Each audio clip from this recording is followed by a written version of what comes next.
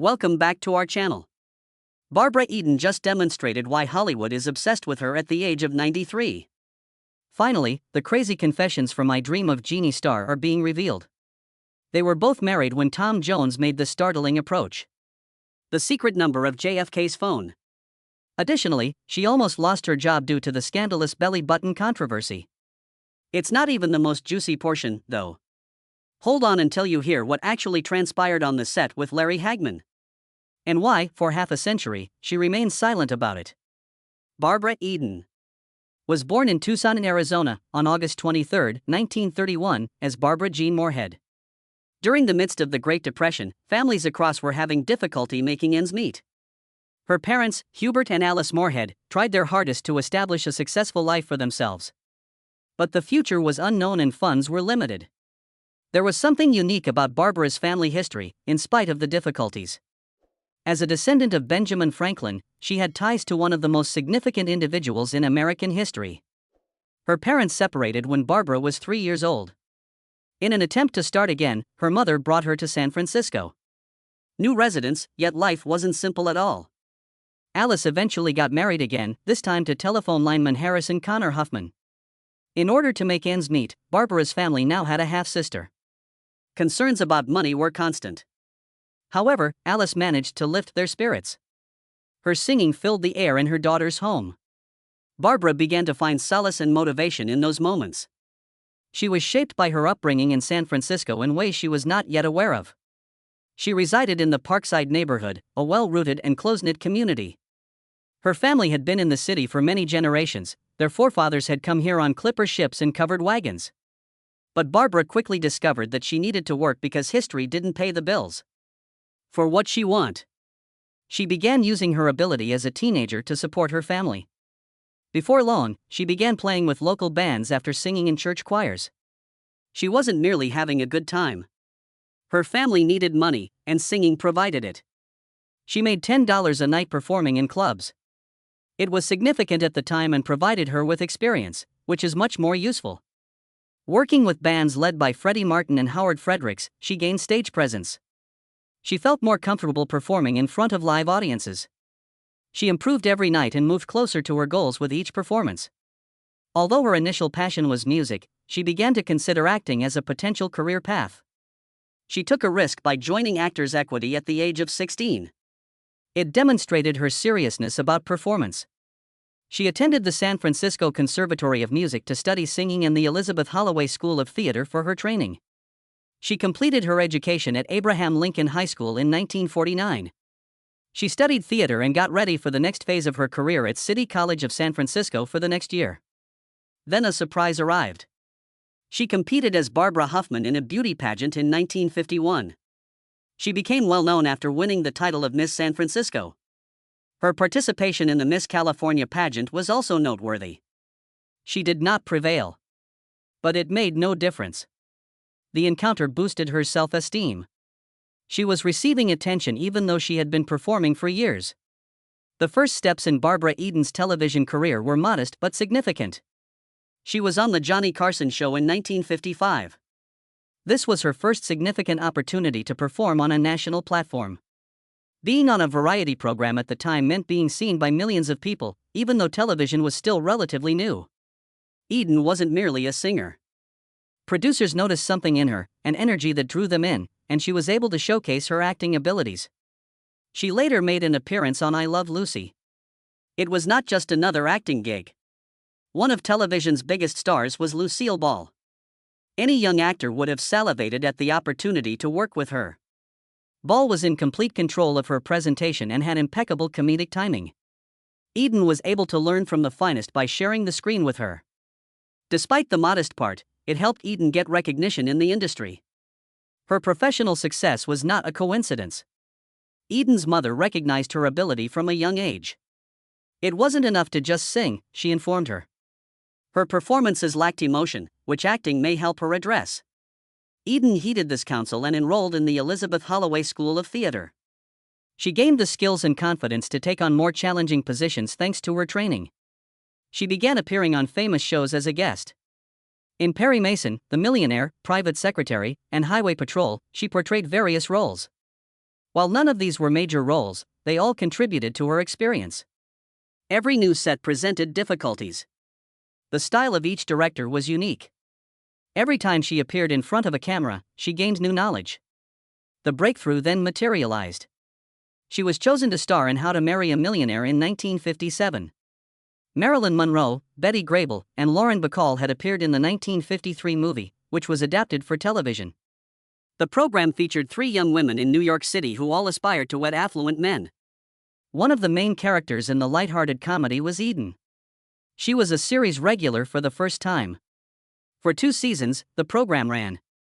The production moved quickly, and sitcoms needed to be timed with a sense of humor.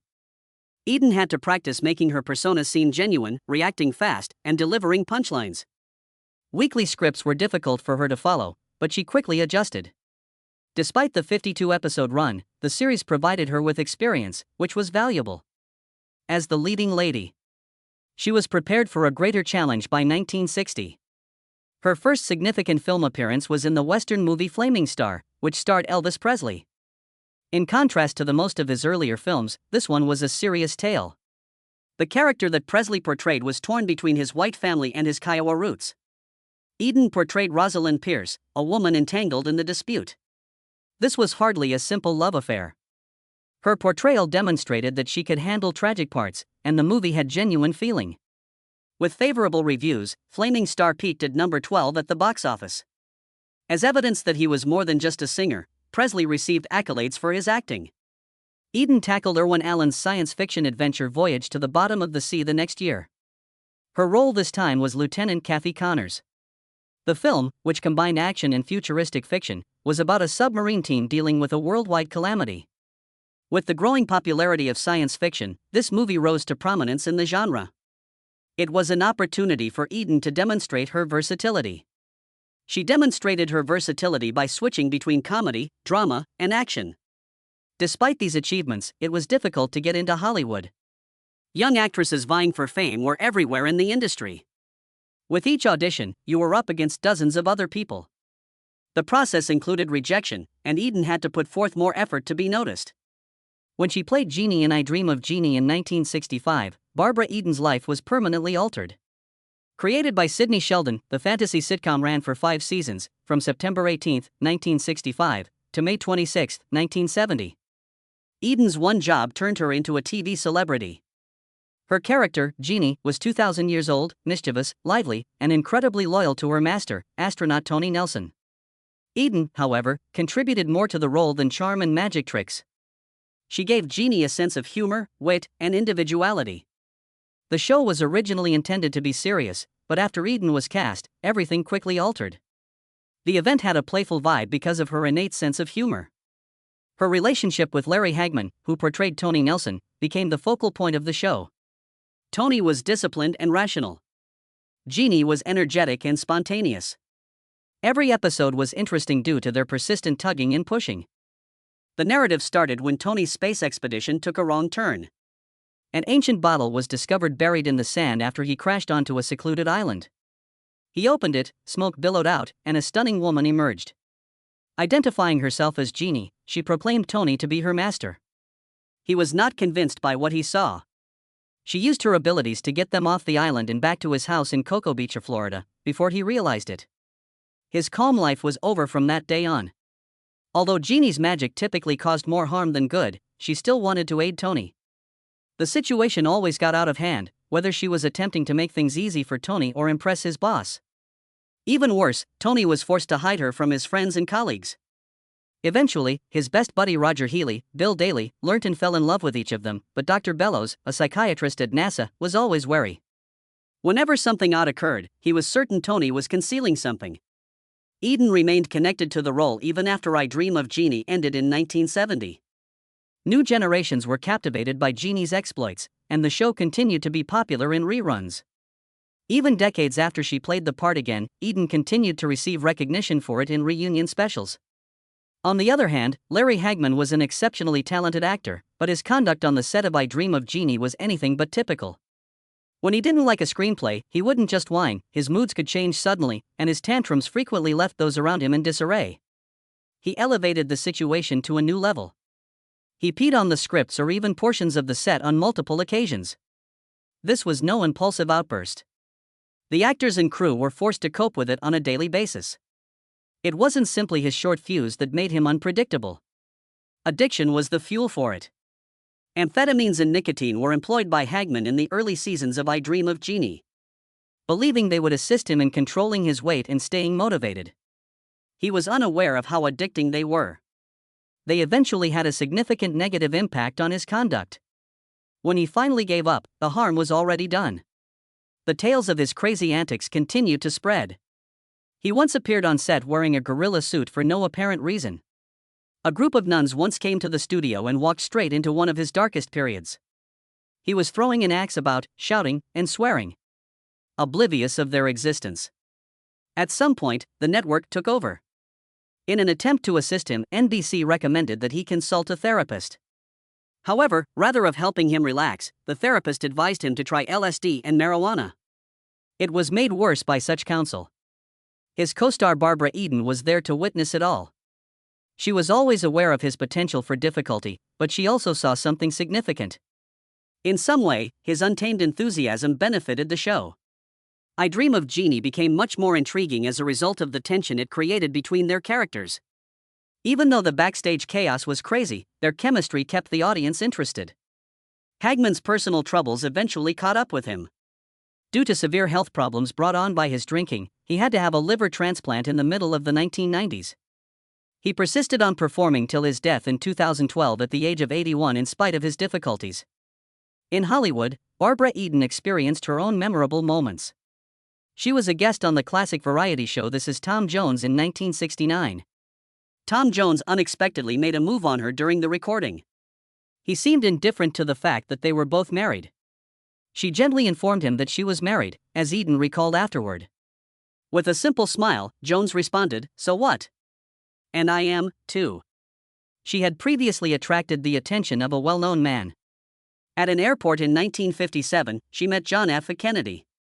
He quietly but clearly invited her by giving her a paper with his phone number on it.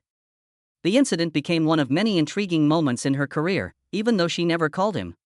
Eden remained professional throughout. Despite how overwhelming Hollywood could seem, she never allowed it to alter who she was. Both The Carol Burnett Show and The Sonny and Cher Show featured her. She starred in films such as Gentlemen Prefer Blondes and The Sound of Music. She even put out an album titled Miss Barbara Eden in 1967. She concentrated on her profession, and as a result, her career lasted for decades, as opposed to the outside distractions. However, nothing in her career generated more media attention than the alleged belly button scandal. A straightforward observation was the first step. One reporter brought up the fact that Eden's belly button was never shown on I Dream of Jeannie.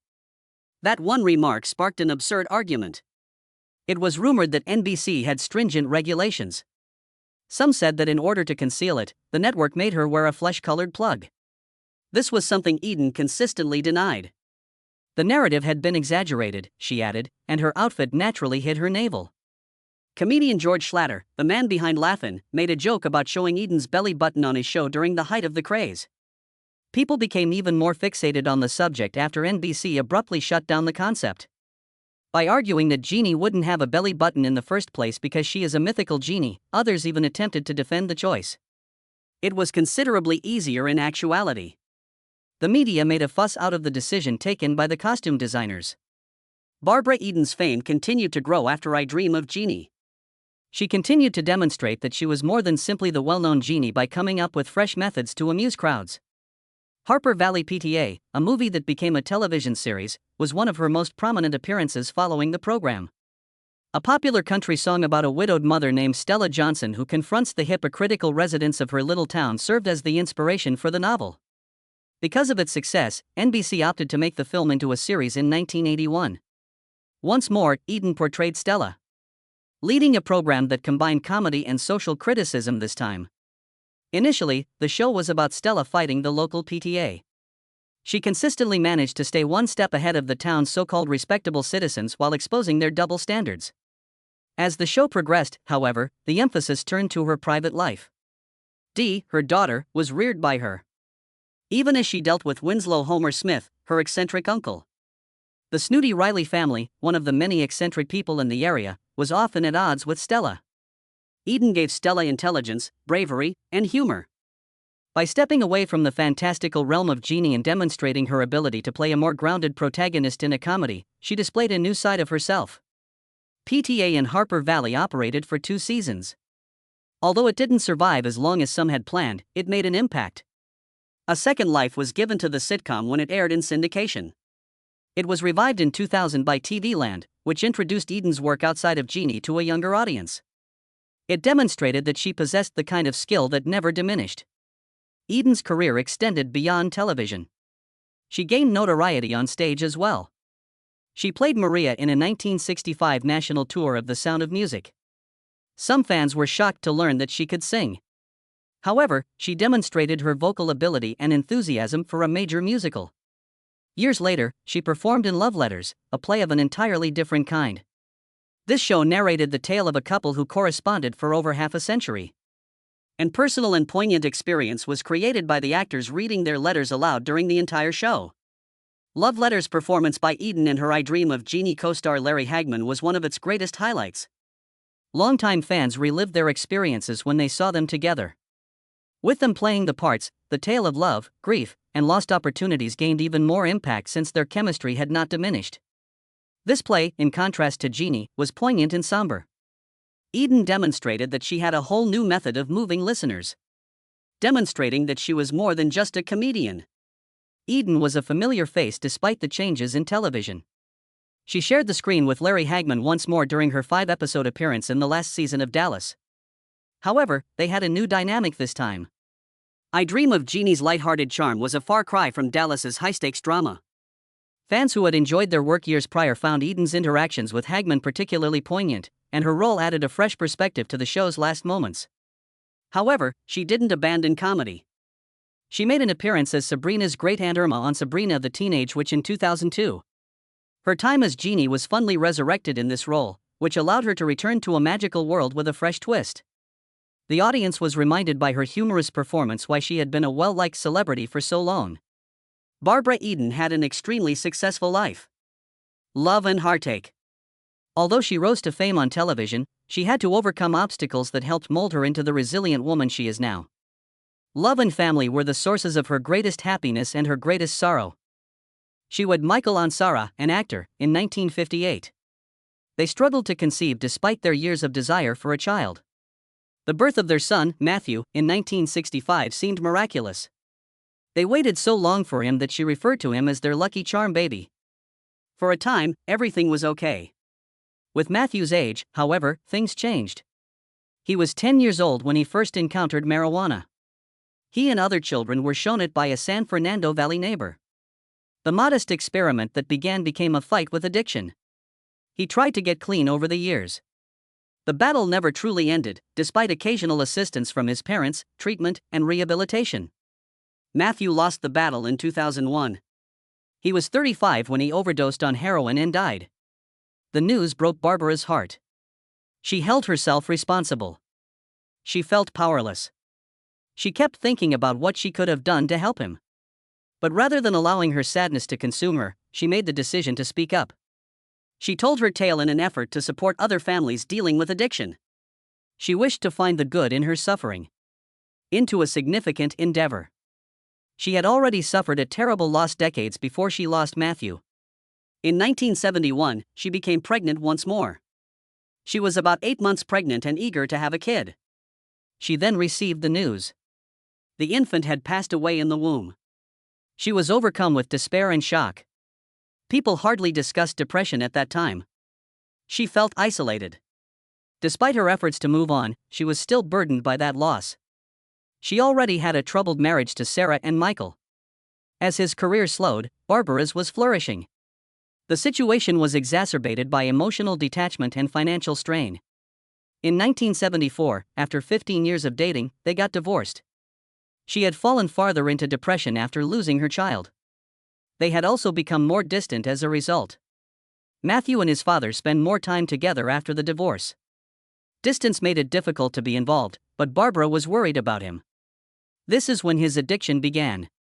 In retrospect, she thought she had lost her composure. Although life had taken them in different paths, she still wanted to be there for him. She wed Charles Fiegert, a Chicago Sun-Times executive, in 1977. Although everything appeared to be going well for a while, their marriage was unique. That was short-lived. It ended in divorce in 1983. Her attention was diverted from her career to Matthew's deteriorating addiction during this period. Everything became too much to endure. Then the unexpected occurred. In 1991, she got to know real estate developer John Eichholz. He had patience and kindness. Above all, he made her feel at peace, something she had never experienced before. After they got married, she felt genuinely stable for the first time in a long time. Barbara Eden remained hopeful despite everything. She found meaning in her suffering. In order to assist others, she talked about addiction. John brought her joy once more. You keep going even though life never turns out the way you expected. You cherish your current relationships and regret the ones you lost. Her narrative was one of courage, but it was also one of pain. Though her influence extends well beyond television, Barbara Eden is renowned for bringing magic to the medium. Using her celebrity to further causes near and dear to her heart, she has dedicated years to assisting others. She is dedicated to organizations including the American Cancer Society, Save the Children, and Make-A-Wish. These organizations prioritize granting wishes for people with life-threatening illnesses, supporting cancer research, and assisting children. This effort is not about publicity for Eden. The goal is to actually change things. Her engagement extends beyond charitable contributions. She's been involved in charitable initiatives, awareness projects, and fundraising activities. Her involvement with the Trail of Painted Ponies, an organization that integrates art and philanthropy by auctioning off hand-painted horse sculptures to raise funds for breast cancer research, is among her most significant accomplishments. Through her impact, Eden has raised awareness of the idea that creativity can unite people. Her involvement has also extended to the wellness community, which offers emotional and psychological support to cancer patients. She also supports Child Help USA, a group that works to stop child abuse and aid in the recovery of its victims. Eden's dedication to these causes stems from a deep personal connection. She has discussed how going through her personal hardships has increased her empathy for other people's suffering. Her commitment has motivated many of her admirers to become engaged as well, since she feels that giving back is a duty. Her entire story was revealed in 2011 in the memoir Jeannie Out of the Bottle, which offers a unique glimpse into the lady who created the enduring role. Her transformation from a young, struggling actress to a household name is covered. However, her narrative is not just about her fame. She discusses her personal struggles in the book, such as heartache, loss, and resiliency. The death of her son, Matthew and Sarah, from a heroin overdose in 2001, was one of the most agonizing periods of her life. Rather than allowing her sorrow to overcome her, she decided to spread awareness about drug addiction.